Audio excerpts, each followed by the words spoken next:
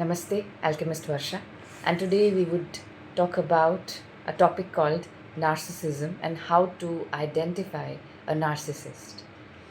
See, I had this opportunity in this current incarnation to witness narcissism through three different generations.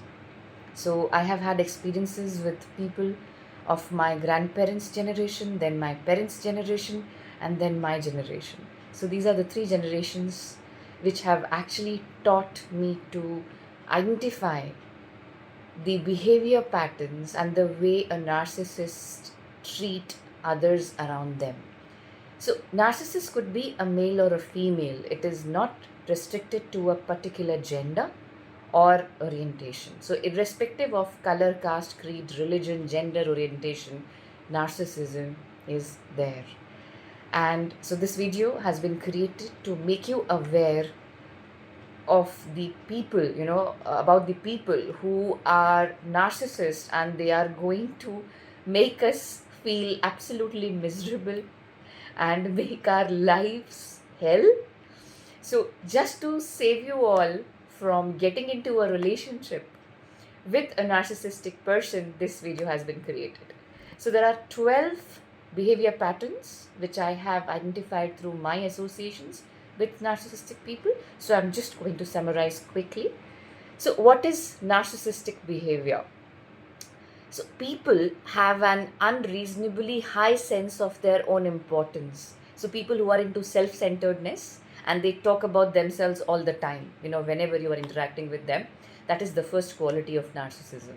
So, those people are termed as narcissistic people. Okay. So, the first behavior pattern, any person, any man or woman, whenever you are trying to talk to them or sharing your feelings or you're just greeting them, and the second statement would start with I, me, or myself. So these are the three words which are there in the vocab or the dictionary. That I did this, I feel this way.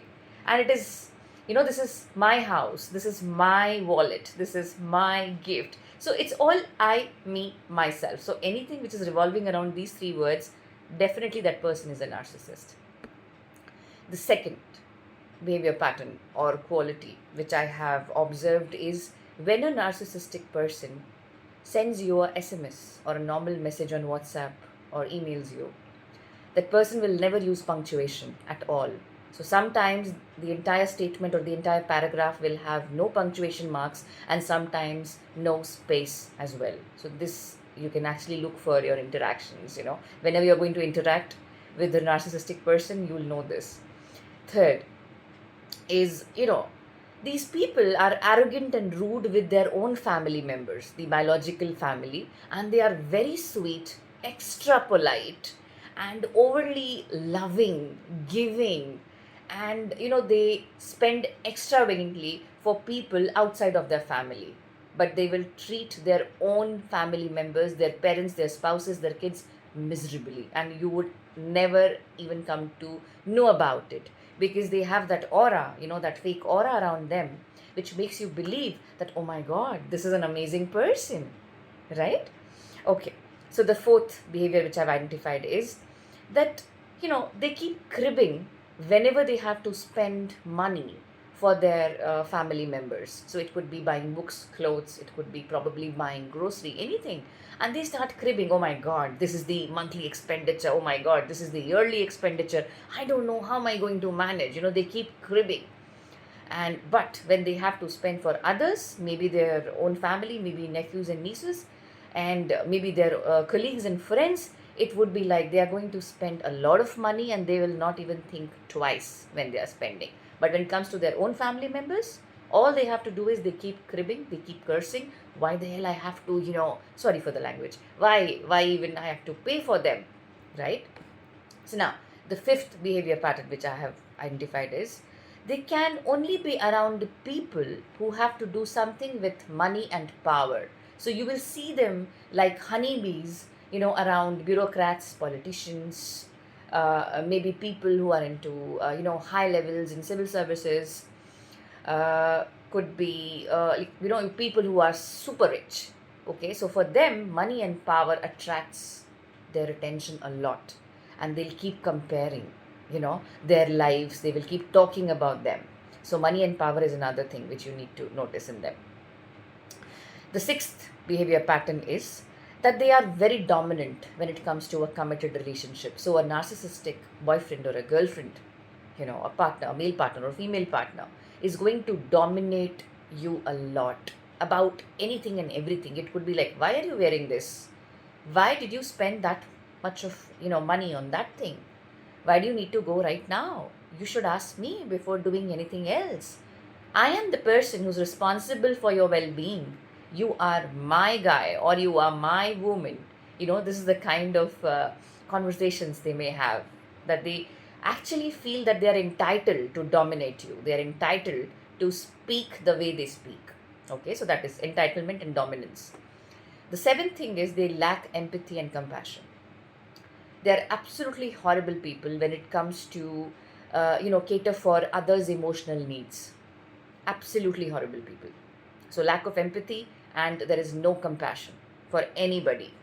But they also practice conditional compassion. If they like someone outside of their family, outside of their relationship, they're going to show that, oh my God, are you unwell? Can I help you? The tone changes, the energy changes, the voice changes when they are catering for others' needs, but they are always absent when you need something.